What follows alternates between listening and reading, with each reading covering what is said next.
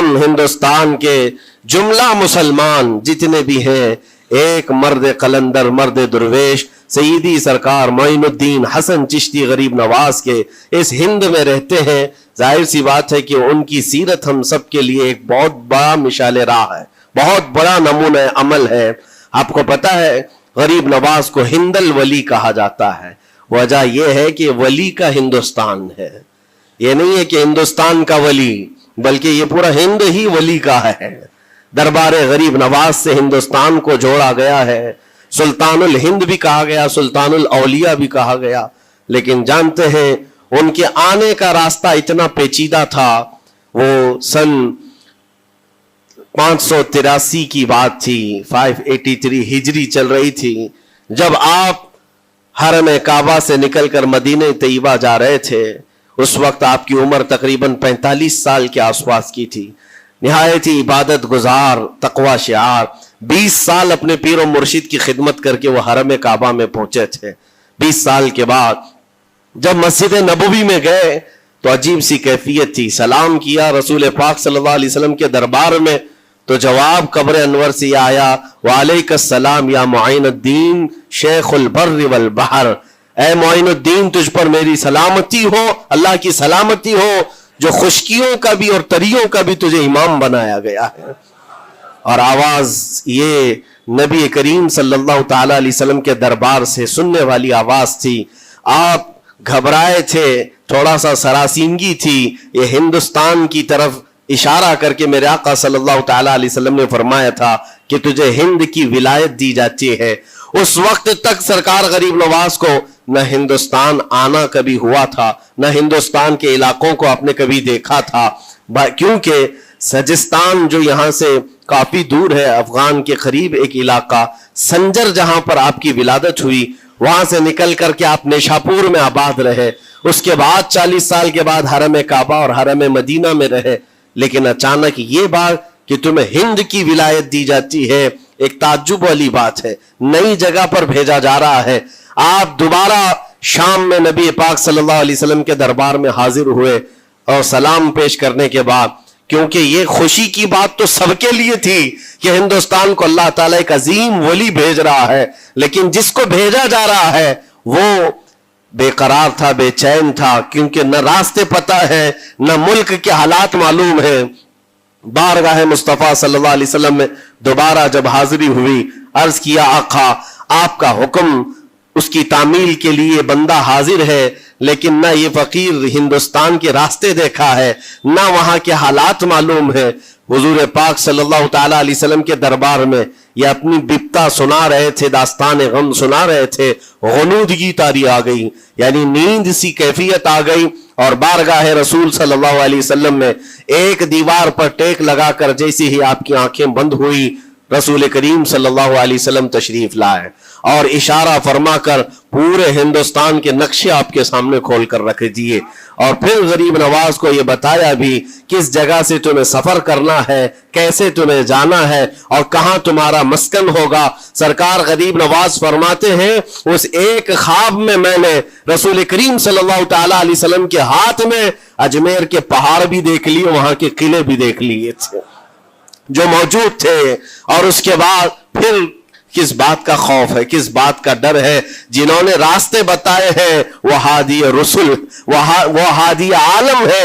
नबी पाक सल्लल्लाहु अलैहि वसल्लम आए हैं पूरी कायनात को रास्ता दिखाने के लिए, और जिन्होंने गरीब नवाज को हिंद का रास्ता बताया हो, फिर डर किस बात का। जब आप बेदार होते हैं तो अपने साथ 40 कुतुब उस औलिया कराम की जमात लेकर मदीने तैयबा से सफर के लिए निकले थे। मेरे अजीजों, अब बात यहां आती है, इसीलिए मदीने तैयबा से ये पूरा प्लान हुआ है, मदीने तैयबा से भेजा गया है, मदीने तैयबा से प्लेसमेंट हुआ है। इसी वजह से आज तक तारीख गरीब नवाज को अताए रसूल कहती है। अताए रसूल है, रसूलुल्लाह की अता है, हिंदुस्तान वालों के लिए खास अता है मेरे आका सल्लल्लाहु अलैहि वसल्लम की। जब वो सफर के लिए निकले, सन 83 से चले थे, तो यहां हिंदुस्तान पहुंचते पहुंचते आपको 87 यानी 4 साल का अरसा लग गया था। 4 साल के अरसे के बाद आप पहुंचे। मेरे अजीजों, न प्लेनों का सफर, न जहाजों का सफर कि उड़ करके इधर से उधर आ गए, वो तो पैदल काफिला निकला था, दुर्वेशों का काफिला था, और वहां मदीने तैयबा से निकलकर बगदाद पहुंचे। बगदाद में औलिया कामिलीन की सोहबत पाई, वहां से फिर नेशापुर, फिर उसके बाद हरात और अफगान के इलाके होते हुए लाहौर पहुंचे। लाहौर में सरकार दाता गंज बख्श आलम रहमतुल्लाह ताला अलैह के दरबार में चिल्ला कशी फरमाई, वहां से दिल्ली पहुंचे। यहाँ ये पूरा जो रास्ता है 4 साल का, मेरे अजीजों तारीख में है, सरकार गरीब नवाज जिस रास्ते से चलते जाते थे, जो काफिर या मुशरिक भी देखता वो दायरे इस्लाम में दाखिल हो जाता था। नूर इलाही, नूर वहदत का टुकड़ा आपकी जबीन अक़दस पर ऐसा चमकता था कि लोग जो आते वो फिर आपकी सोहबत से दूर कोई जाता नहीं था। दिल्ली में जहां आप आए, एक अजीब इत्तेफाक है, उस वक्त खांडे राव एक बड़ा राजा था, उसका किला था, उसके सामने ही आपने पड़ाव डाल लिया। सरकार गरीब नवाज रज़ियल्लाहु तआला अन्हु की ये दास्तान, ये तारीख, वहां पर आपने अपना पड़ाव डाल लिया। और इन बुत परस्तों के लिए एक बड़ा पेचीदा मसला था कि एक दुर्वेश आया है। एक बात मैं आपको बताऊं, ये जो तासुब आज फैला हुआ, ये जहर फैला हुआ, ये आज का नहीं है, ये बाप दादाओं के पुश्त में भी इनके मौजूद रहा है। इस्लाम और मुसलमानों के खिलाफ जहर मुशरिकीन के दिलों में ये बहुत पुरानी चीज है, नई नहीं है, बहुत पुरानी चीज है। तासुब दिलों के अंदर कुड़न रखना और कभी एक्सेप्ट ना करना, ये सरकार गरीब नवाज जिस दिन हिंद में कदम रख रहे, उसी दिन से आपने इसको फेस किया है, उसी दिन से आपने इसको देखा है।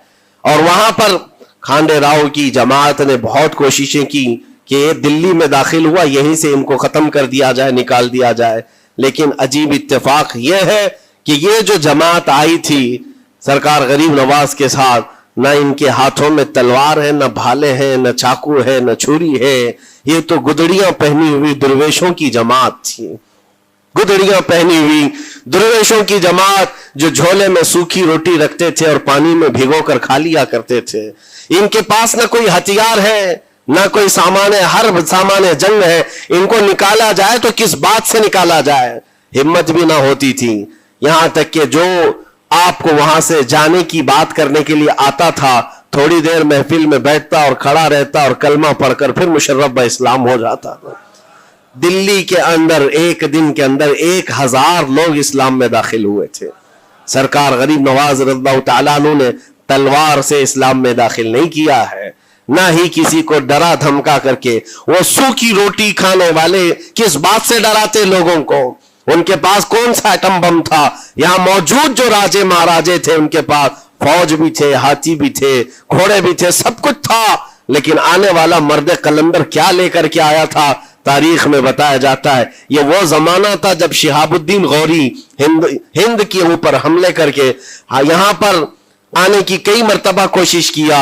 ये अफगान का बादशाह था शिहाबुद्दीन गौरी, जब हिंदुस्तान पर कई मर्तबा हमले करके नाकाम लौट रहा था, बीच रास्ते में इन फकीरों की जमात से बादशाह की जमात की मुलाकात हो गई। सिपाही जा रहे थे शिकस्त खाकर और ये दुर्वेशों का काफिला इधर आ रहा था।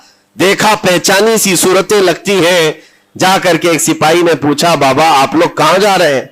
तो बाबा जो जमात में आ रहे थे उन्होंने कहा हिंदुस्तान फतह करने जा रहे हैं।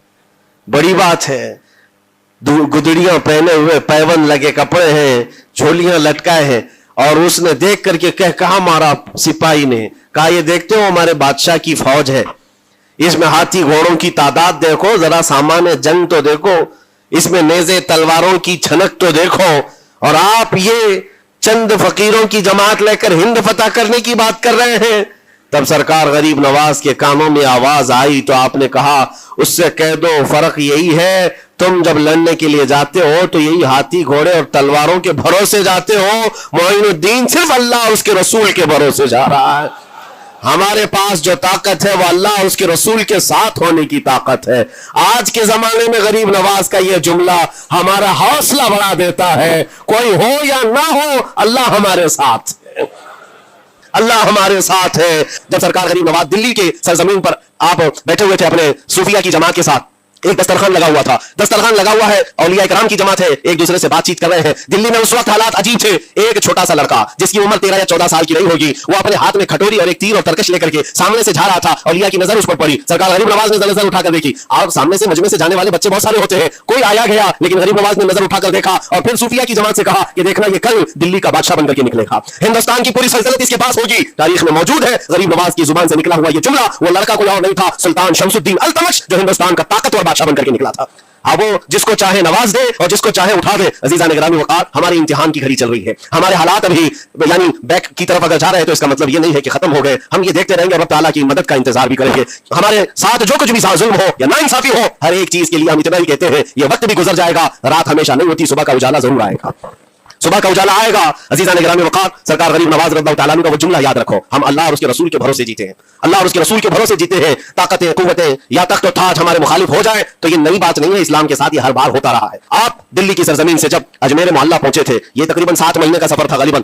اس سفر کے دوران کئی ہزار لوگ اسلام میں داخل ہوئے تھے, اور آپ کو اس کے بعد کی تاریخی حالات معلوم ہے. جادوگروں نے مقابلہ کیا, راجوں مہاراجوں نے, بادشاہوں نے مقابلہ کیا, اور فوج نے مقابلہ کیا, نہ جانے کتنے لوگ. ایک بار تو ایسا ہوا کہ انا ساگر کی اس پہاڑی پر آپ ذکر میں مشغول تھے. راجے نے کئی مرتبہ یہ سوچا کہ ان کو مار کر کے یا کسی طرح سے بگائیں, لیکن جب نہیں ہوا تو راجا سے کسی نے کہا یہ منتر والا کوئی فقیر ہے, اس کا توڑ منتر والے سے ہی ہوگا. تو اس وقت جو بہت بڑا ان کا ایک منتر جاپ کرنے والا پجاری تھا, اس وقت اس تاریخ میں اس کا نام رام دیو بتایا گیا ہے, یہ والا نہیں ہے, اس زمانے کا تھا. اور اس کو راجا نے جا کر کہا, وہ کبھی کسی سے مقابلے کے لیے آیا نہیں تھا, اس نے حامی بھر لی کہ ہاں ٹھیک ہے میں جاؤں گا, دیکھتا ہوں کون فقیر آیا ہے ہماری اس دھرتی پر, اور میں جاپ کروں گا, اگر جادو ہے تو جادو سے میں کاٹ دوں گا. اس نے تقریباً اپنے ساتھ 400 یا 500 پجاریوں کو لیا, اور جب وہ آیا تو سرکار غریب نواز کے ساتھ 2 خادم تھے, آپ کے ساتھ صرف 2 خادم بیٹھے ہوئے تھے. کہا کہ حضور بہت بڑا مسئلہ ہے, پجاریوں کا جادو ہم پر حملہ آور ہے, ان کا جادوگر حملہ آور ہے, اور مقابلے کے لیے وہ لوگ میدان کے قریب آ چکے, پہاڑ کے نیچے ہیں, آپ اپنے چلا گاہ سے اٹھتے ہیں جہاں پر آپ عبادت کر رہے تھے. کہا ٹھیک ہے ہم جاتے ہیں. اور اس کے بعد سرکار غریب نواز نے کہلا بھیجا اپنے خادم سے, کہو کہ وہ اپنا منتر پڑھے, ہم اپنا منتر پڑھیں. وہ اپنا منتر پڑھے جو بھی ان کے جادو کا ہے. اب جب وہ پنڈت نے, پجاری نے دیکھے بغیر اپنے سارے پجاریوں سے کہا کہ جیسے ہی وہ درویش آئے گا, وہ فقیر آئے گا, ہمارا یہ منتر ہے, یہ پڑھنا, وہ آگ میں بھسم ہو جائے گا, دنیا دیکھے گی. سبوں نے کہا ٹھیک ہے, لیکن ابھی کسی نے دیکھا نہیں تھا. لیکن جیسے ہی وہ اپنی جھوپڑی سے یہ مرد قلندر جلوہ رسول لے کر کے نکلا تھا, جمال رسول لے کر نکلا تھا, بیٹا ہے کس کا, حسن حسین کا بیٹا ہے, فاطمہ زہرا کا بیٹا ہے, جیسے ہی باہر آئے وہ منتر جو سکھایا گیا تھا سب کے قریب قریب آئے. 400 لوگوں نے وہ غریب نواز کی پیشانی کو دیکھ کر منتر پڑھنا شروع کیا. اور منتر کیا تھا ان کی زبان سے, لا الہ الا اللہ, لا الہ الا اللہ, لا الہ الا اللہ. لوگوں نے کہا یہ ادھر کیسے آ گیا کلمہ, اور جا کر اس رام جو سے کہا گیا, اس نے کہا کہ یہ 400 کے 400 لوگ تو کوئی اور ہی کلمہ پڑھ رہے ہیں, کوئی اور ہی کلمہ پڑھ رہے ہیں. وہ اتر کر کیا آیا ہاتھی کے کجاوے سے نیچے, اور سرکار غریب نواز کو دیکھا تو اس نے کہا یہ جھوٹ نہیں کہہ رہے, میں بھی وہی پڑھتا ہوں جو یہ پڑھ رہے ہیں. آپ کو تاریخ میں پتا ہو کہ اس کا نام سرکار غریب نواز نے شادی دیو رکھا اور اپنے مریدین میں شامل فرمایا, اور زندگی بھر سرکار غریب نواز کے خلفاء میں اور آپ کے خادموں میں شامل رہا. یہ تلوار سے اور چاقو بھالے نیزے سے نہیں کیا گیا تھا, وہ نور مصطفیٰ کی جلوہ گری تھی. جہاں نظر اٹھایا وہاں کے دلوں کی کالک کو دور کر کے ان کے دلوں کو بھی روشن فرما دیا تھا. آج ہم بھی یہی تمنا کرتے ہیں, اجمیر اسی لیے جاتے ہیں کہ ایک نظر ہم غریبوں پر پڑ جائے اور دل کا کالک اور دل کی کالک نکل جائے اور پھر دل چمکنے لگ جائے, کیونکہ اللہ کے ولیوں کی نظر جہاں پڑتی ہے وہ جگہ بھی روشن اور تابناک ہو جایا کرتی ہے. مولا کریم سرکار غریب نواز کی نسبتیں زندگی بھر ہمارے ساتھ قائم و دائم رکھے, اور پھر اپنی نسلوں کو بھی اللہ تعالیٰ ان کی غلامی میں شامل رکھے. اجمیر ہم جا نہ سکے, لیکن یہاں سے ہم یہ التجا کریں گے غریب نواز کے دربار میں, خواجہ ہند و دربار ہے اعلیٰ تیرا, کبھی محروم نہیں مانگنے والا تیرا, تیرے در کی یہ کرامت دیکھی ہے بارہا, تیرے در کی بارہا یہ کرامت دیکھی ہے, غریب آئے اور ہو گئے غریب نواز. وآخر دعوانا الحمدللہ رب العالمین. السلام علیکم.